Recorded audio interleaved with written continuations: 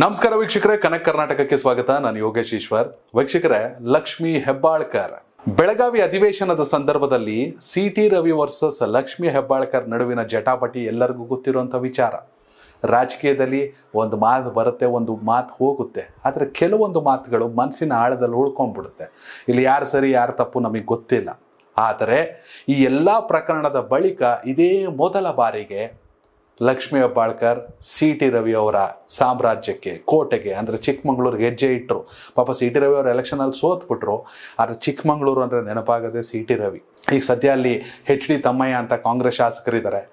ಅವರೇ ಲಕ್ಷ್ಮೀ ಹೆಬ್ಬಾಳ್ಕರ್ ಅವ್ರನ್ನ ಬರ ಮಾಡಿಕೊಂಡ್ರು. ಒಂದಷ್ಟು ಸರ್ಕಾರದ ಕಾರ್ಯಕ್ರಮಗಳಿತ್ತು. ಹೀಗಾಗಿ ಸಿ.ಟಿ. ರವಿ ಅವರ ಊರಿಗೆ ಬಂದು, ಚಿಕ್ಕಮಗಳೂರಿಗೆ ಬಂದು ಲಕ್ಷ್ಮೀ ಹೆಬ್ಬಾಳ್ಕರ್ ಕಾರ್ಯಕ್ರಮಗಳನ್ನು ನಡೆಸ್ಕೊಟ್ರು. ಅಷ್ಟು ಸುಲಭ ಅಲ್ಲ ರೀ ಅಂತ ಎಲ್ಲ ಅವಮಾನಗಳು, ಬೇಸರಗಳು, ಇವುಗಳ ನಡುವೆ ರಾಜಕೀಯನ ಮುಂದುವರ್ಸೋದು. ಆದರೆ ಲಕ್ಷ್ಮೀ ಹೆಬ್ಬಾಳ್ಕರ್ ನಿಜಕ್ಕೂ ಗ್ರೇಟ್ ಅಂತಲೇ ಹೇಳ್ಬೋದು. ಹಾಗನ್ಬಿಟ್ಟು ಸಿ.ಟಿ. ರವಿ ಗೊತ್ತಿಲ್ಲ, ಅವ್ರು ಏನು ಮಾತಾಡೋರೋ ಏನು ಬಿಟ್ಟೋರೋ ಇಲ್ಲ. ಸಿ.ಟಿ. ರವಿ ಒಂದೊಂದ್ಸಲ ಏನೋ ಅಂತಾರಲ್ಲ ಗಾದೆ ಮಾತು ಮನೆ ಹಾಳು ಮಾಡ್ತು ಅಂತ.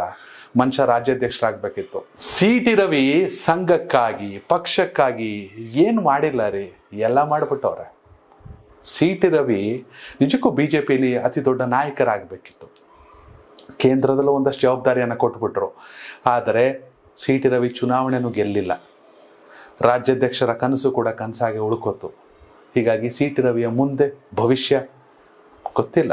ಸಿ.ಟಿ. ರವಿ ಎಲ್ಲವನ್ನ ಅನುಭವಿಸಿದ್ದಾರೆ, ಇಲ್ಲ ಅಂತ ಏನಲ್ಲ. ಆದರೂ ಅತಿ ದೊಡ್ಡ ನಾಯಕರಾಗಿ ಬೆಳೆಯುವಂತಹ ಸಾಮರ್ಥ್ಯ ಅವರಿಗೆ ಇನ್ನೂ ಕೂಡ ಇದೆ. ಅದನ್ನು ಅವ್ರು ಮುಂದುವರಿಸ್ತಾರೆ. ರಾಜಕೀಯ ಅವ್ರಿಗೆ ಚೆನ್ನಾಗಿ ಗೊತ್ತು. ಲಕ್ಷ್ಮೀ ಹೆಬ್ಬಾಳ್ಕರ್ ಅವರು ಚಿಕ್ಕಮಗಳೂರಿಗೆ ಬರ್ತಾ ಇದ್ರೆ BJPಯ ಒಂದಷ್ಟು ಮಹಿಳಾ ಕಾರ್ಯಕರ್ತೆಯರು ಅವ್ರಿಗೆ ಬಾಗಿಣ ಕೊಡಬೇಕು ಅಂತ ಹೋದ್ರು. ಮುನಿಸು ತರವಲ್ಲ, ಬನ್ನಿ ಮೇಡಮ್ ಬಾಗಿಣ ತಗೊಳ್ಳಿ ಅಂತ. ಆದ್ರೆ ಲಕ್ಷ್ಮೀ ಹೆಬ್ಬಾಳ್ಕರ್ ಕಾರಿಂದ ಇಳಿಲೇ ಇಲ್ಲ.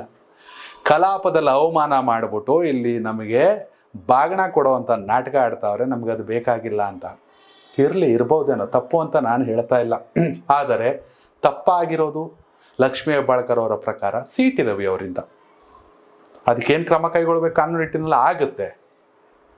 ಆದರೆ BJPಯ ಮಹಿಳಾ ಕಾರ್ಯಕರ್ತರು ನಮ್ಮ ಮನೆಗೆ ಬಂದಂಥ, ನಮ್ಮೂರಿಗೆ ಬಂದಂಥ ಹೆಣ್ಮಗಳನ್ನು ಸ್ವಾಗತಿಸ್ಬೇಕು ಅನ್ನೋ ಆಸೆಯನ್ನು ಇಟ್ಕೊಂಡಿದ್ರು. ಇದು BJPಯವ್ರು ಮಾಡಿದ ನಾಟಕನ ಗೊತ್ತಿಲ್ಲ, ಮೇ ಬಿ ಇರ್ಲೂಬೋದೇನೋ, ಸಚಿವರಿಗೆ ಗೊತ್ತಿರುತ್ತೆ. ಅವೆಲ್ಲ ಪೂರ್ವಾಪರಗಳನ್ನು ತಿಳ್ಕೊಂಡು ನನಗೆ ದ್ವೇಷ ಇರೋದು ನಿಮ್ಮ ನಾಯಕರ ಮೇಲ್ರಿ, ನಿಮ್ಮ ಮೇಲಲ್ಲ ಅಂತ ಬಾಗಣ ತಗೊಂಡ್ಬಿಟ್ಟಿದ್ದಿದ್ರೆ ಲಕ್ಷ್ಮೀ ಹೆಬ್ಬಾಳ್ಕರ್ ಇನ್ನೂ ಗ್ರೇಟ್ ಆಗಿಬಿಡ್ತಿದ್ರು. At the same time H.D. Thammaiah ಇನ್ನೂ ಅತಿ ದೊಡ್ಡ ಲೀಡ್ರು ಅಥವಾ ಕಾಂಗ್ರೆಸ್ ಲೀಡರ್ ಅನ್ನಿಸ್ತಾ ಇಲ್ಲ. ಎಲ್ಲ ಒಂದು ಕಡೆ ಸಿ.ಟಿ. ರವಿ ಅವರ ಜೊತೆಯಲ್ಲೇ ಇದ್ದವರು, ಗೆದ್ದವ್ರೆ, 2 ವರ್ಷ ಆಗೈತೆ.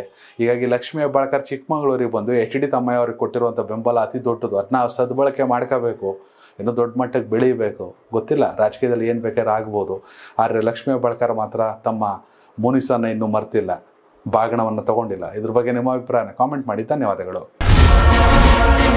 ಕನೆಕ್ಟ್ ಕರ್ನಾಟಕ, ಇದು ನಿಮ್ಮ ನೆಟ್ವರ್ಕ್.